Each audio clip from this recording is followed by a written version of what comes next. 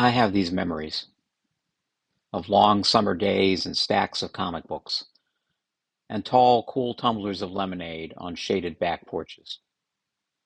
And sometimes, when I see a certain comic book, my mind is carried back, and I remember where I was and who bought it for me, and the silent little thrill I had when I carried it home to read.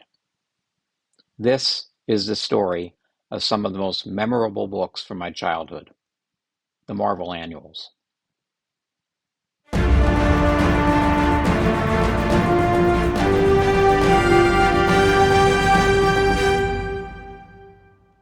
Welcome back to Tales from My Spinner Rack. I'm Gary Sassman, the former Director of Programming and Publications for Comic-Con International San Diego, and this is Episode 9 of my ongoing series of videos devoted to the comics I loved growing up in the 1960s and 70s. Hey, it's June, the first month of summer, and my thoughts at this time of the year often go back more than 60 years to the summers of my youth and the world's greatest comic book annuals from Marvel Comics in the 1960s. This is Marvel Annuals Part 1, 1962 to 1965. Let me set the scene for you. It's June 1963, and 3 long months of relative freedom extend before me. School is out, and there are things to look forward to.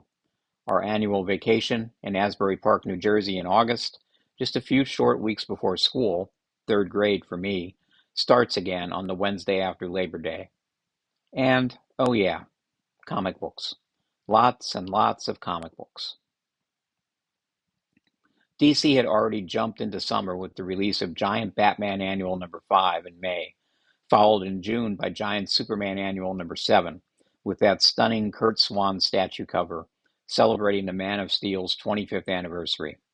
Still to come, the first Giant Flash Annual in August.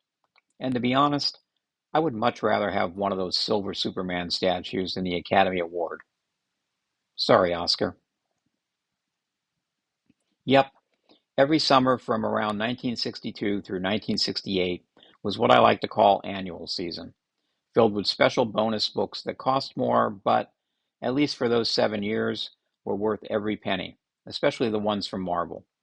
Stan Lee and company put a lot into their annuals, making all of them special in those years, even though they were 8 pages less at 72 than the distinguished competition at 80. Here are all 16 annuals from the summers of 1962 through 1965, which we'll cover here in Part 1. I'm pretty sure the first Marvel annuals were part of the usual reaction of publisher Martin Goodman to what other publishers, especially DC, were doing. He probably somehow saw DC's sales figures, alongside that enticing 25-cent price tag, on the giant Superman and Batman annuals and told editor Stan Lee, "We need to publish annuals too." But the concept of larger page count, higher price tag comic books wasn't new in the 1960s. In fact, it dated back almost to the beginning of comics. The first larger comic books were published by DC way back in 1939 and 1940, and I suppose they really were annuals. They were promotional comics featuring DC characters created for the New York World's Fair. The 1939 edition cost 25 cents, the 1940 only 15 cents, but both had 96 pages, more page count-wise and less price-wise than the 1960s annuals. The books proved popular enough to produce an ongoing series, first called World's Best Comics in March 1941, which became the much more familiar and long-lasting World's Finest with issue number 2 in June. It maintained a 15-cent cover price with a dwindling page count until it became a 10-center with issue number 71, July 1951.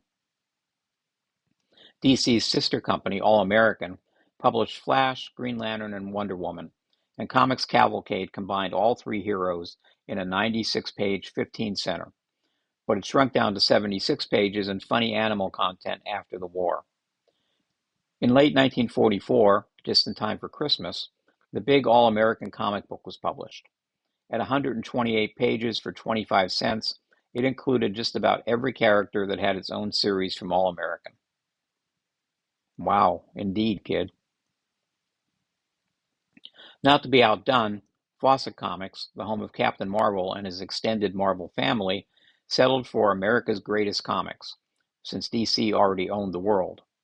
First published in 1941, it clocked in at 100 pages for 15 cents and featured the whole Fawcett lineup, including the Big Red Cheese, Spy Smasher, Bullet Man, and of course the absolutely unforgettable and way ahead of their time, Mr. Scarlet and Pinky.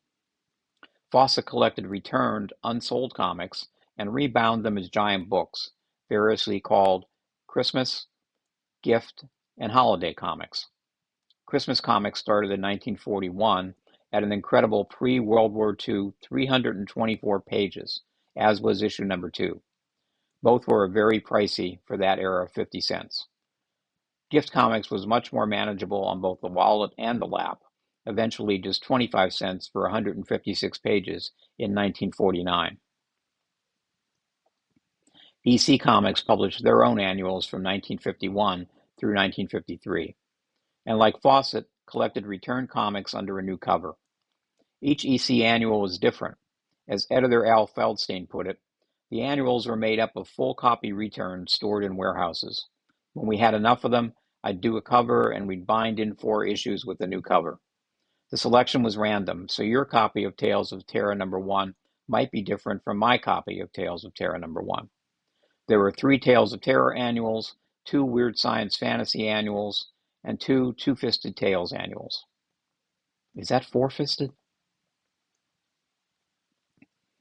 Flash forward to the late 1950s and early 1960s, and numerous comics companies jumped on the 25-cent giant format, including Dell and Harvey.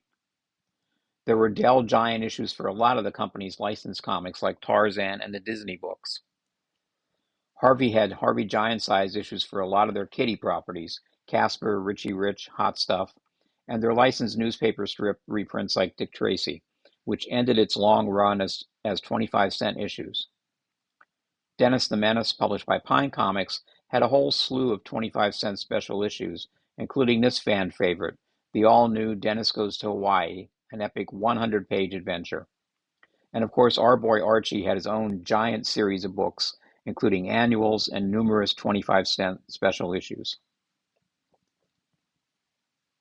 DC Comics jumped into the fray in 1960 with their giant Superman annual number 1, which was published on June 23rd of that year.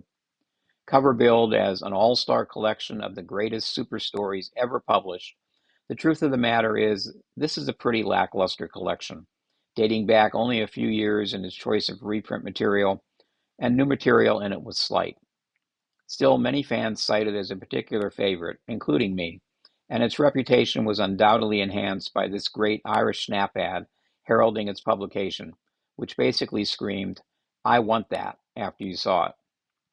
That first giant Superman annual had a huge impact on summer comics for years to come.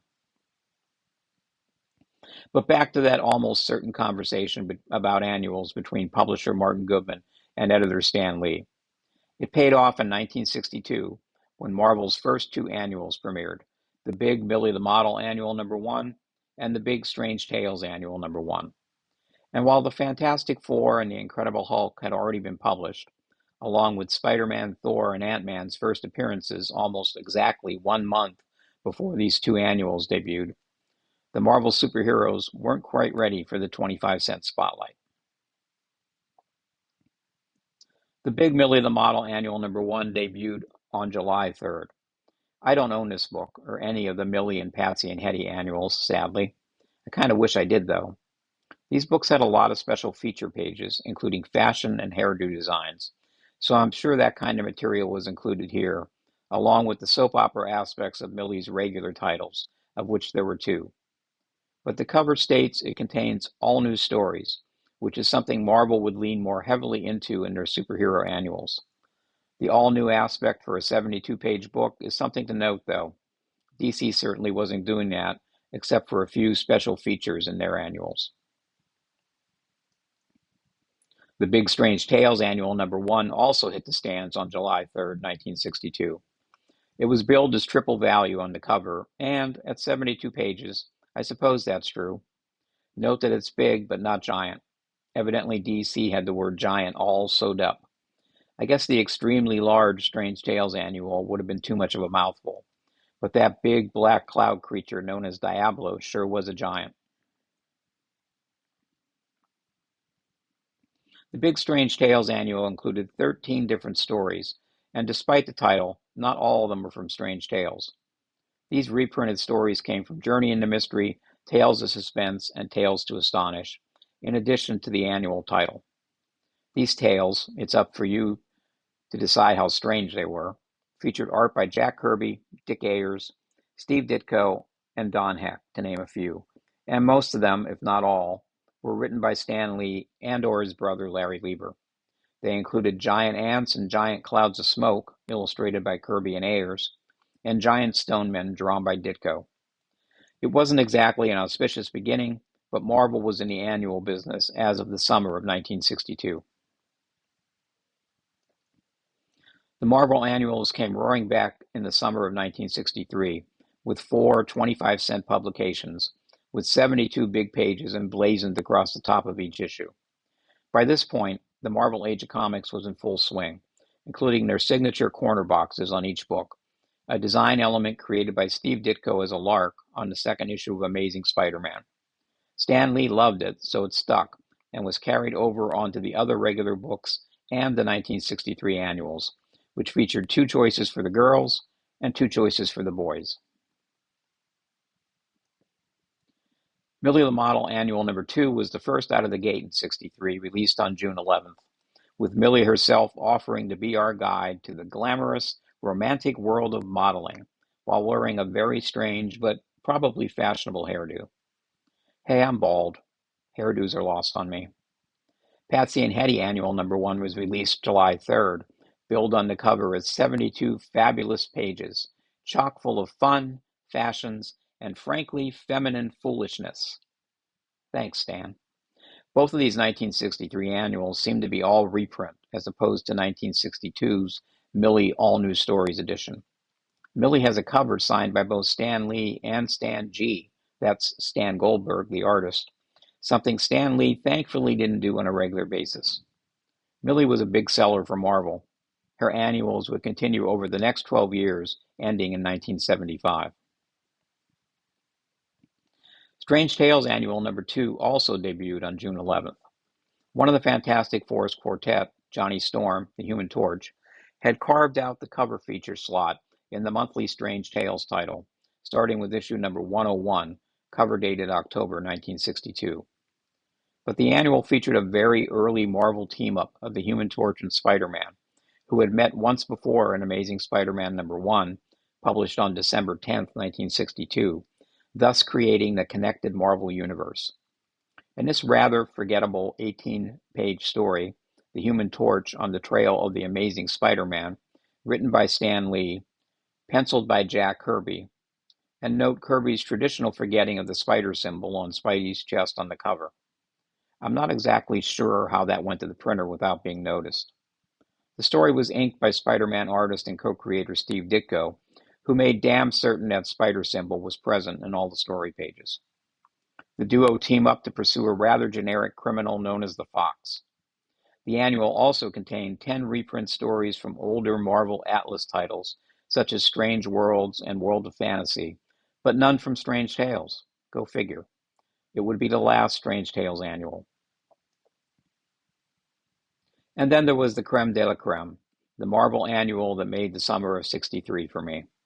I don't exactly remember buying Fantastic Four Annual number 1 off the newsstand, but I know we, my older brother and I, did the moment we first saw it, right around the 4th of July. I think the prospect of reading the longest uninterrupted super epic of its kind ever published was probably daunting for 8-year-old me, even though I had been plowing through comic books, pretty much reading on my own, since I was 5 or 6. But I did it again and again, probably reading it constantly through the remainder of 1963.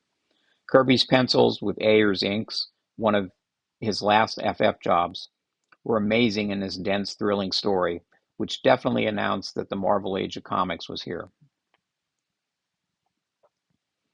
But what made that annual so special, unlike its distinguished competition's counterparts, was its ton of new material.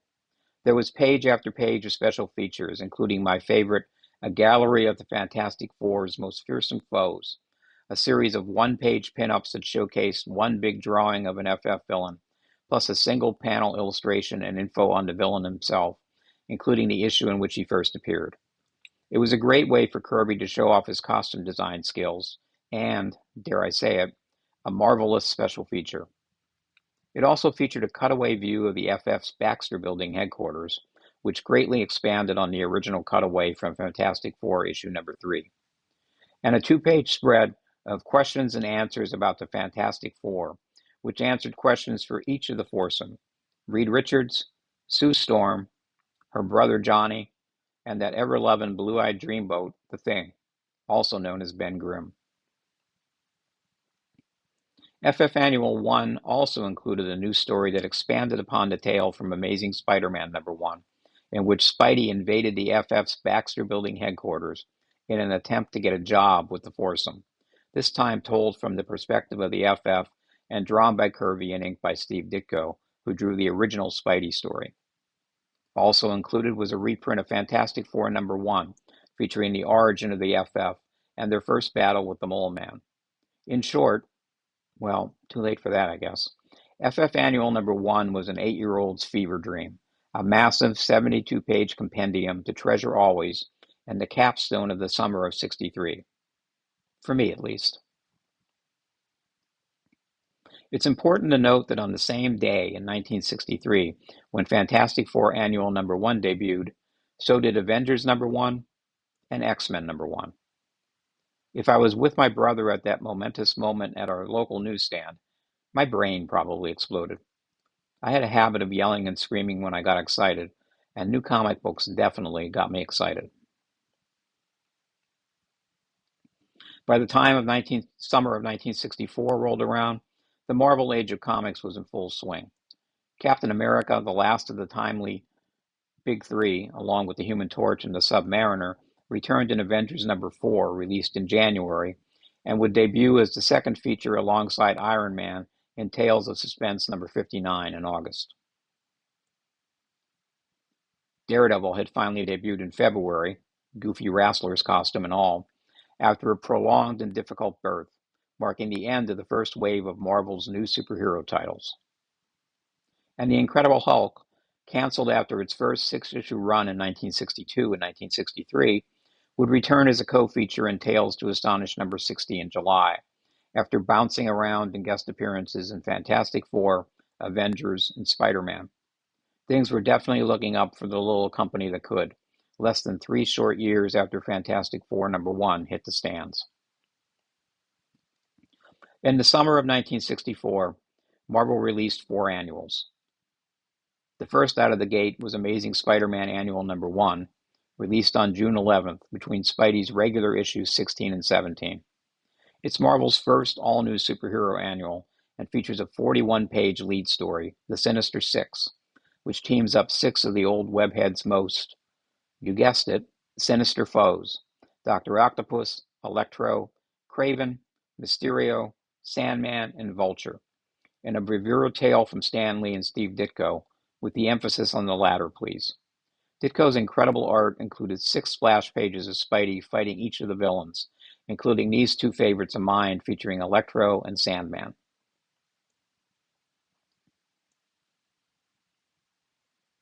In addition to this giant new story, the longest to date from Marvel, this book also contained a 14-page gallery of Spider-Man's most famous foes, covering all the baddies from Amazing Fantasy number 15, The Burglar, through Amazing Spider-Man number 15, Kraven the Hunter, just like Fantastic Four Annual number 1.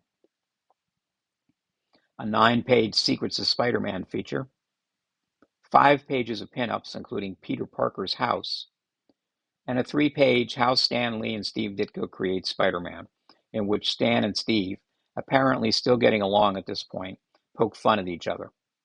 I think this is the pinnacle of Lee and Ditko's Spider-Man collaboration, and one of the best Marvel annuals ever. As this house ad shows, the first Spidey annual was released on the same day as the first Marvel Tales annual, an all reprint issue, thus starting Marvel's love affair with revisiting its past for fun and, more importantly, profit. This was a good thing. With spotty newsstand-only distribution, many of the early Marvel titles didn't make it into the hands of fans, and Stan Lee and company quickly learned there was a market for such reprints.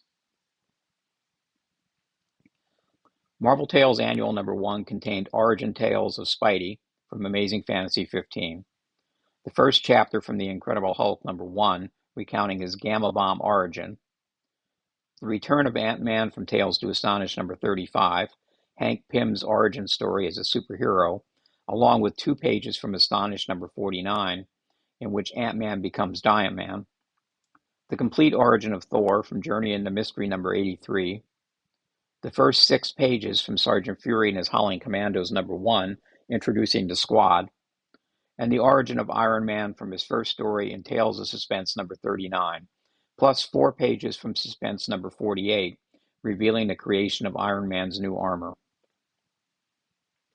And finally, the moment we were all waiting for, a 2-page spread of photos of the members of the fabled Marvel Comics bullpen. The bullpen at this point was, of course, a bit of a fabrication from the always promoting Stan Lee. Most of the artists worked at home or in their own studios, like Kirby and Ditko, the latter, not surprisingly, not pictured here. The bullpen in 1964 was probably just Stan, production artist Saul Brodsky, and Gal Friday Flo Steinberg, and the occasional visiting artist pressed into service to make corrections. But it was nice to put names with photos, and it was something no one else was doing, especially the credits-shy DC. Apologies for the crappy scan, it's the best I could find, and the muddy printing in my copy of Marvel Tales Annual #1 was even worse.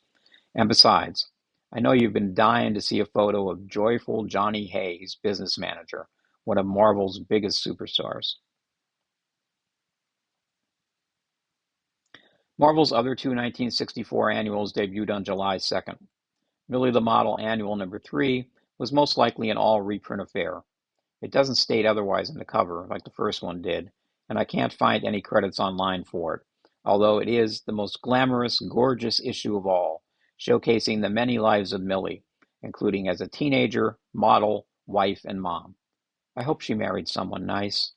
She deserves all the happiness she can get. Fantastic Four Annual #2 arrived on July 2nd with a new 12-page story, The Fantastic Origin of Dr. Doom, which finally set up Victor Von Doom as the major villain he was meant to be. The annual was also big on special features, including 6 pages of the continuation of a gallery of famous foes, covering the bad guys from issues number 18 through 30 of the FF, 5 pinups, Mr. Fantastic, Sue Storm, Human Torch, Thing, and Alicia Masters, a reprint of FF #5, featuring the first appearance of Dr. Doom, making this an all Doom, all the time annual, and to close out the book, a 25-page story, The Final Victory of Dr. Doom. The new stories, once again totaling 37 pages, just like FF Annual #1, were by Stan Lee and Dick Kirby, with inks by Chick Stone. This second FF Annual was a little bit of a letdown for me, personally, as it didn't have as many special feature pages as the first one, or Spidey Annual #1. But nonetheless, it was a cause for celebration when I found it at my local newsstand, smack dab in the middle of summer, 1964. One other thing about the 1963 and 1964 annuals, they had the normal series logos for each title on them, but they were in multiple colors. I think to stand out more in the racks. Undoubtedly, the current issue of Fantastic Four was still present when this annual came out, and this was probably placed near it. In later annuals, the corner boxes were changed to read 72 big pages, among other things. The comic racks were crowded in the 1960s, so every little special thing helped to make new books stand out. 1965 saw the Marvel Age of Comics at its peak. In May of 1965, both Nick Fury, Agent of S.H.I.E.L.D., and Submariner debuted in solo series in Strange Tales #135 and Tales to Astonish #70, respectively, replacing the moribund Human Torch / Thing and Giant Man features. And by the end of 1965, Journey into Mystery ceased to exist with issue #125, published on December 2nd, and finally became The Mighty Thor with issue number 126, published on January 4th, 1966. Mighty Marvel was on the move. Marvel released 6 annuals in the summer of 1965, including Newbies, Thor, and Sergeant Fury, but the amount of new features went down precipitously. All their superhero annuals included just one new story, ranging in size from 15 to 23 pages, about the size of a regular issue, and special features were kept to a minimum, but you couldn't tell that from these 2 house ads showcasing some of the books. This year's crop of publications had Special King Size Annual across the top of the cover, and the usual world-famous Marvel Comics corner boxes, previously based on the regular series ones, instead heralded 72 big pages as a reminder of the specialness of these king-sized annuals. Oh, except for Millie the model. She got more pages, more glamour. Go figure. First on the newsstands in 1965 was Amazing Spider-Man Special King-Size Annual number 2, released on June 1st between Spidey number 28 and 29, featuring the 20-page story, The Wondrous World of Doctor Strange, plotted and drawn by Steve Ditko, with script and editing by Stan Lee. And it was indeed wondrous, especially Ditko's art. It also featured 5 more pages of the gallery of Spider-Man's most famous foes, featuring the villains from Spidey issues 16 through 26. There were more pages devoted to reprints, a sad occurrence throughout the 1965 annuals. This one included the first story from Spidey number 1 and the second story from number 2, The Uncanny Threat of the Terrible Tinkerer, and all of number 5 when Spidey first met Dr. Doom. And may your amulet never tickle. Also released on June 1st, Journey in the Mystery with the Mighty Thor Special King Size Annual number 1. Man, that's quite a mouthful. Which fell between Journey in the Mystery number 123 and 124, and contained the 15-page story When Titans Clash, Thor vs. Hercules, by Stan Lee and Jack Kirby, and inked by Vince Colletta. It was the smallest story in any annual in '65. Its lone special feature was a 2-page bird's-eye view of Asgard, a portent of things to come with Kirby in this wild drawing, and it also featured reprints of 4 Thor stories from Journey in the Mystery, number 85, 93, 95, and 97. Fantastic Four Special King Size Annual number 3 was up next, released on July 1st, between FF number 43 and 44.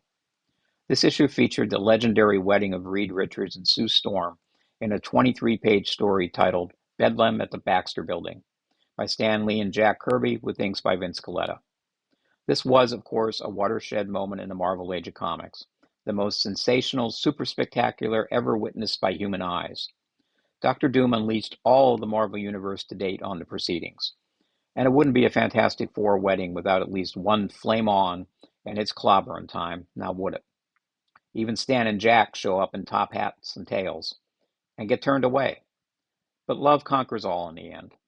The annual also featured reprints of the complete stories from FF number 6, the Submariner Dr. Doom team-up, and number 11, A Day in the Life of the Fantastic Four and the introduction of the Impossible Man.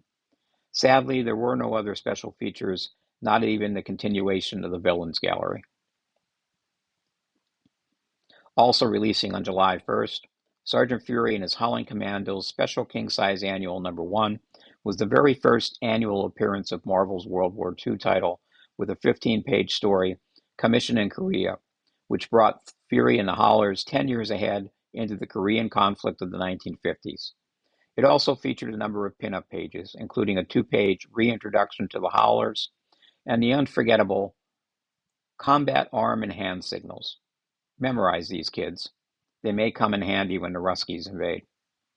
It also reprinted Sergeant Fury number 4, Lord Haha's Last Laugh, and number 5, featuring the introduction of Baron Strucker, Fury's Nazi arch-nemesis and future founder of Hydra. Interestingly, it included a 2-page ad heralding the new Nick Fury Agent of S.H.I.E.L.D. feature in Strange Tales, featuring art and covers from the first 2 issues, including the Jack Kirby John Severin splash page for issues number 136, which were published in May and June, right before this annual. Marvel's final two 1965 annuals were released on August 3rd. Marvel Tales Special King Size Annual Number 2 contained the Mighty Marvel reprint tradition with reprises of Avengers Number 1, X-Men Number 1, a story from Incredible Hulk Number 3, which introduced the Ringmaster, surely one of Marvel's greatest circus-oriented villains, the origin of Doctor Strange from Strange Tales Number 115, and a bit of filler material with A Monster Among Us, a story from Amazing Adult Fantasy Number 8. This will be the last Marvel Tales annual, which is a saying, since it was the greatest collection of mighty Marvel classics ever assembled. But it will become an ongoing title in 1966, featuring Spider-Man, Thor, Ant-Man, and Human Torch reprints at first, keeping its 25-cent price tag in larger format until issue number 34, May 1972, and keep on reprinting Spidey stories until its demise with issue number 291, November 1994. Millie the Model Annual Number 4 was also released on August 3rd, 1965, rounding out the annual collection for 1965. Usually the first annual of the year, this time Millie brought up the rear with her more pages, more glamour, special queen-size annual. Oh, Millie, you'll always be the most gorgeous gal in all the world.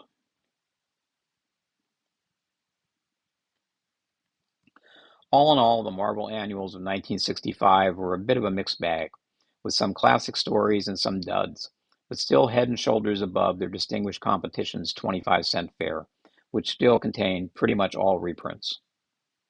The end. For now.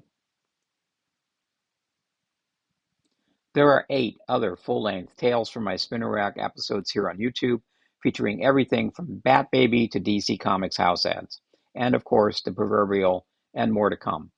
Please like, comment, subscribe, and turn on notifications for the latest Tales from My Spinner Rack videos. Visit my blog for the first iteration of Tales from My Spinner Rack, featuring close to 40 nostalgic essays on the comics I grew up loving in the 1960s and 70s.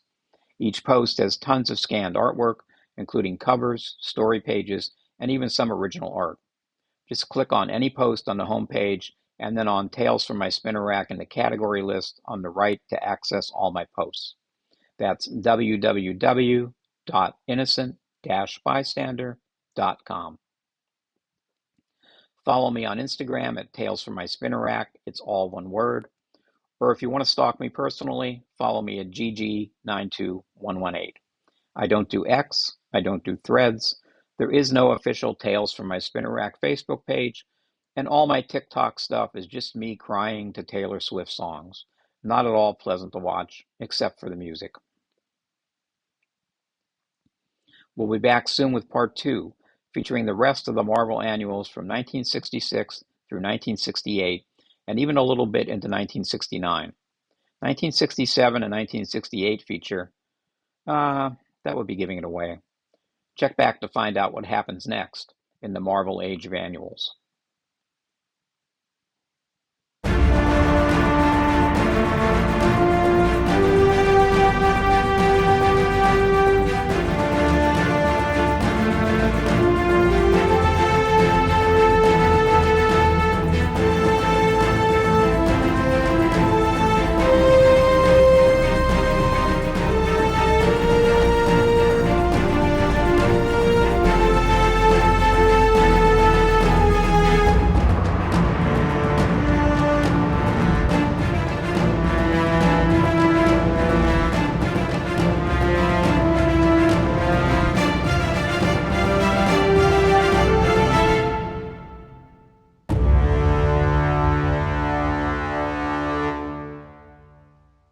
Thanks for watching.